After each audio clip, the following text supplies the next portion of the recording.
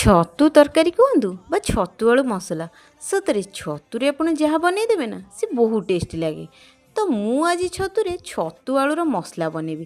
ସେଥିପାଇଁ ନୁହେଁ, ପ୍ରଥମେ ଛତୁକୁ ନେଇ ଭଲସେ କାଟିକି ତାକୁ ଟିକେ ହଳଦୀ ପାଣିରେ ପକେଇକି ନା ଭଲସେ ଧୋଇଦେଲି।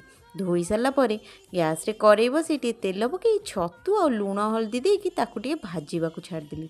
ଛତୁଟା ଦେଖନ୍ତୁ ଏମିତି ଭାଜି ହେଇସାରିଲା ପରେ ନା ତାକୁ ପ୍ଲେଟ୍ରେ କାଢ଼ିଦେଲି।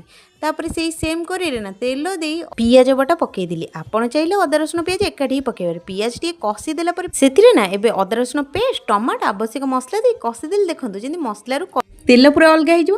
ତାପରେ ନା ଭାଜି ରଖିଥିବା ଛତୁ ଆଉ ଆଳୁ ପକେଇ ଟିକେ ଏପଟ ସେପଟ କରିଦେଲି। ତାପରେ ଗରମ ପାଣି ଦେଇ ନା ଟିକେ ଘୋଡ଼େଇକି ଫୁଟିବାକୁ ଛାଡ଼ିଦେଲି। ଟିକେ ସମୟ ଫୁଟିଗଲା ପରେ ଏବେ ଘୋଡ଼ଣୀ କାଢ଼ିନା ଖାଲି ଫାଇନାଲ୍ ଟଚ୍ ଦେବାର ଅଛି, ମାନେ ଗରମ ମସଲା ପକେଇ ଟିକେ ଭଲସେ ଗୋଳେଇ ଦେଲି ଯେମିତି ଗରମ ମସଲାଟା ତା ଭିତରେ ମିଶିଯିବ। ତାପରେ ଆଉ କ'ଣ, ଏବେ ଦେଖନ୍ତୁ ତ ଆମର ପ୍ରସ୍ତୁତ ହେଇଗଲା ଛତୁ ଆଳୁ ତରକାରୀ କୁହନ୍ତୁ କି ଛତୁ ଆଳୁ ମସଲା। ତାପରେ ତାକୁ ପ୍ଲେଟ୍ରେ ବାଢ଼ି ନେଇ ମୋ ଝିଅକୁ ଖାଇବାକୁ ଦେଇଦେଲି। ମୋ ଝିଅକୁ ତ ଏ ରେସିପିଟା ବହୁତ ଭଲ ଲାଗିଲା। ଆପଣମାନେ ଏ ରେସିପି ଟ୍ରାଏ କରନ୍ତୁ, କେମିତି ଲାଗିଲା କମେଣ୍ଟ ସେକ୍ସନରେ ଜଣାଇବେ। ରହିଲି, ଜୟ ଜଗନ୍ନାଥ।